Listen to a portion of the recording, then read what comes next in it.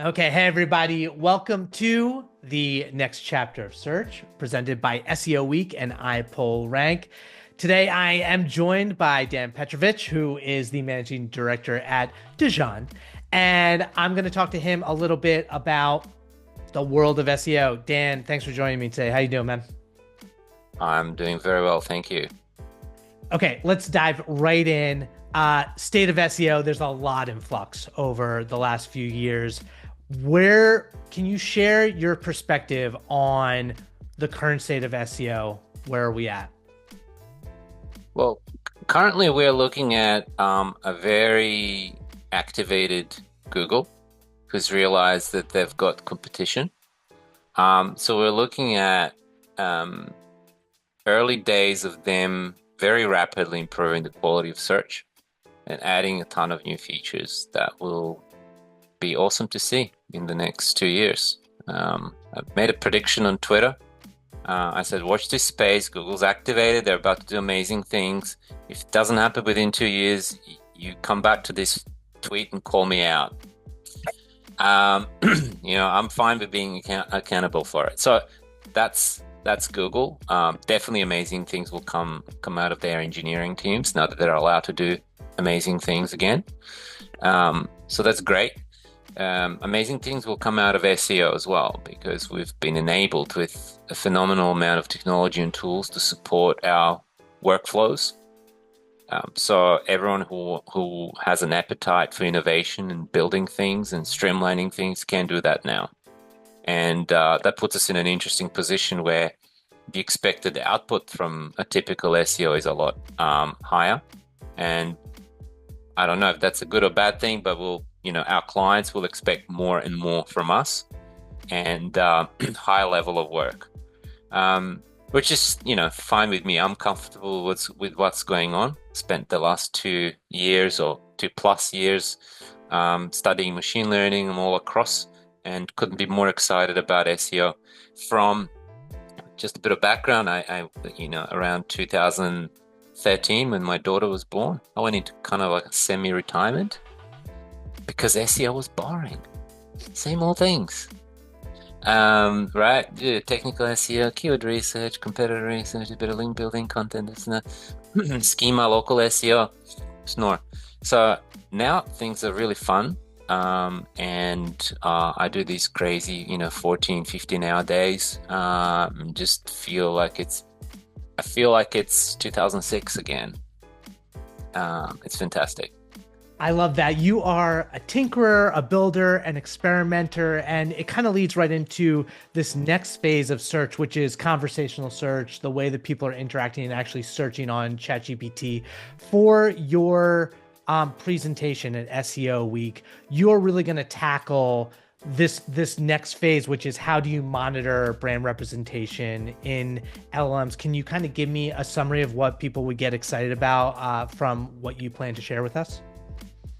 Yeah, well, I've been planning to implement this for the last 6 months. So the idea popped up quite organically within our teams. Like, okay, so AI overview started, and then, people are discovering. And at the time we thought, ChatGPT is for geeks, but now we're seeing it integrated.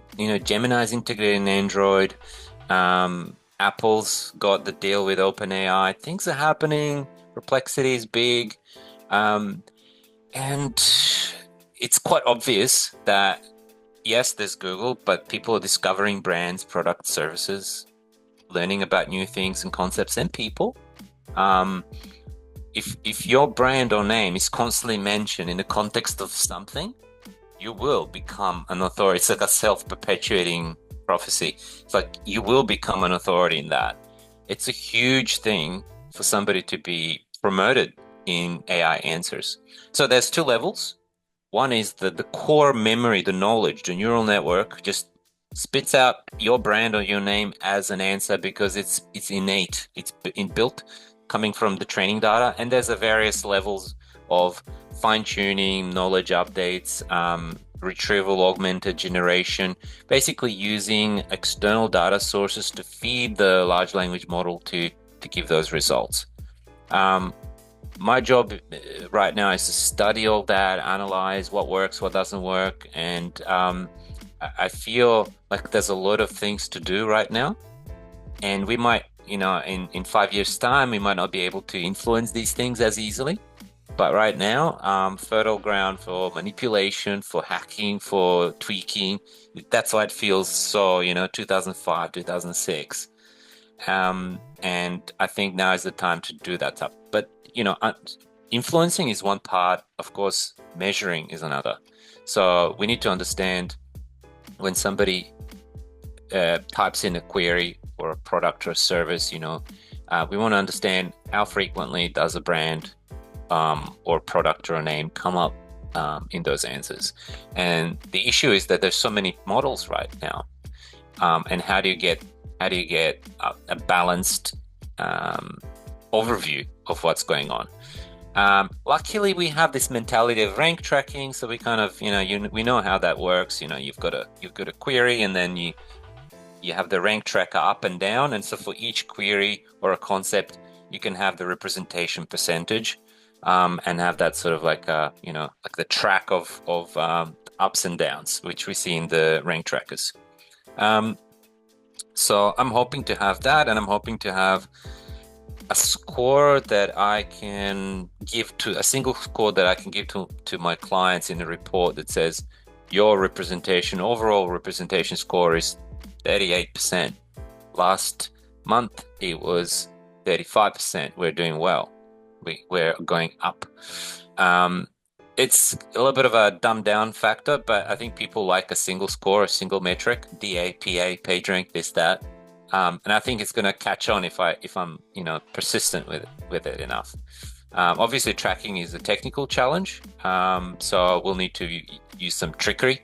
Obviously, we can't tap into actual queries of people and their chats, so we'll have to use things like synthetic data and querying of the models. Those when in China they have those swipe phone farms, and you just do like a lot of interactions on TikTok and this and that. Like, I might have something of that type, without an actual physical form. I might have like a couple of hundred instances of something querying models all the time for all the maybe even something on API from Search Console, querying top 5% of all the most important queries for my clients, and then monitoring those automatically without too much manual setup. So scaling up understanding of representation is what I'm busy with right now. I doubt that I will have this as a problem solved by April, but I will have surely some really solid frameworks and prototypes ready to share and excite people with. That's so cool. And to your point, it's like people want that share voice, that market share perspective as consumer search behavior changes and they use these tools for search. Executives need, major clients, businesses need a way to report on that and ways to show up. What is a tactic that someone, whether you are an enterprise or a small business right now, could use to in this like ecosystem of chatbots and LLMs to improve visibility or monitor visibility? Well, if you ask that a regular Joe, they'll say do digital PR, generate buzz around your brand, and that's a fair answer. I'll jump on the bandwagon. I say the same thing. Obviously, if there's a lot of chat about your brand, discussions, and you're in the news and notability, you will surely pop up. But like I mentioned earlier, this is the hacker days, manipulated days. So I'm going to say one thing: get into training data. Get into training data. How do you do that? Well, that's why I need to catch up on all this geekery and jargon that we use in machine learning space. What's Hugging Face? What's data sets? Training data sets. What are the training data sets for? Well, you use training data sets that are free and open source, and I can generate a training data set synthetically using model like Gemma. In fact, I have one that's maybe 100 megabytes already big because I just go on holidays and my computers are churning training data, just generating synthetic training data. So I upload that to Hugging Face or other, Kaggle and other platforms. And what do you know? My client seems to be represented a little bit more than just a little bit in there. And my training data is saying good things about them. Not necessarily good things, but like associating my client's brand name with the things that they do and the things that we want. So I doubt that OpenAI will pick up that data set and train their models on it, but the little models will. And then one thing, like, they get amalgamated and merged and joined, and they make models and distill. So you'll always find value in that. And I don't know. It's not to say that they wouldn't, but I'm saying give it every chance to get in there. For example, DeepSeek wasn't trained on like the $1 billion budget. They would have used small data sets from Hugging Face for sure, guaranteed, to generate, and structure their own reinforcement learning data sets and everything else. So if you happen to be, now that ship has sailed, DeepSeek's out, but any future little innovations like that, you could get jackpot and end up in the training of that model and be the foundational element of it. That's, I think, pretty exciting. So that's the kind of stuff that I do and think about these days. Well, things are still quite in development, that we can influence it early on. I love that. And so much of this is like, getting visibility in the near future, but also thinking the far future, like what is the big question? What's the next chapter of search? What does search look like to you? What's the next iteration, whether it's Google or just any search behavior? Well, the next logical step is my agent will talk to your agent and they'll figure things out. So I think in a sense, search will be as important to influence the robots as it will be important to influence humans these days. So how do you influence somebody's? In Australia, we don't have operator yet. It's only limited to the US, and I think those who are paying $200 per month for the premium subscription. But that's early days of. I think this is very hacky at the moment. Like the operator or the agent is just clicking on things randomly, missing buttons and making little mistakes. That's all nice and cute right now, but soon enough, I think we're going to see the true value of structured data and good, solid foundation websites and good SEO. When one website is just an agent can go through it and figure things out, and the taxonomy is clear, and there's product schema on it, and everything is great.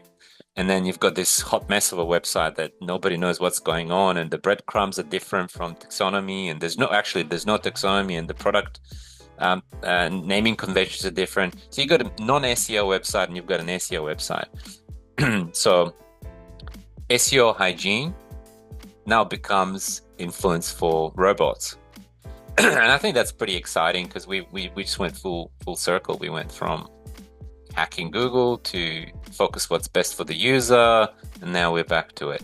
Now with the influencing robots again. Although we just call them, what do we call them? Agents or operators or whatever. So I think that's the next chapter in SEO, being influencing the machines. I find that pretty exciting. Of course, we still have the bread and butter of what we do is still human work. Because ultimately what the agent brings to the human will be the deciding factor to how they act on that information. I think the days of people sending an agent to buy somebody an item and then come back, I think that's a little bit too far off for now. I think it'll be more like, okay, go find me the best options, and then people make the final judgment. And the final judgment will be made on the product quality product image quality and the description and everything that comes with that. And the quality of information that's assembled and brought to you as a user is only as good as what you put into it. So there's a lot of value for us as an industry to contribute to the web ecosystem. There you go. There's a lot to process. Thank you so much. It's such fascinating stuff. Like we geek out over this stuff because, like you said, it is one of the most exciting times in search, in machine learning, in the development of this tech. For any of you who want to check out Dan and see this killer presentation that you know he is concocting in his mad science laboratory down under, make sure that you sign up for SEO Week, which is the last week of April, the 28th to May 2nd in New York City. This has been the next chapter of Search. My name is Garrett Sussman, produced by SEO Week and iPullRank. Thanks, Dan, for joining us. This has been awesome. See you soon.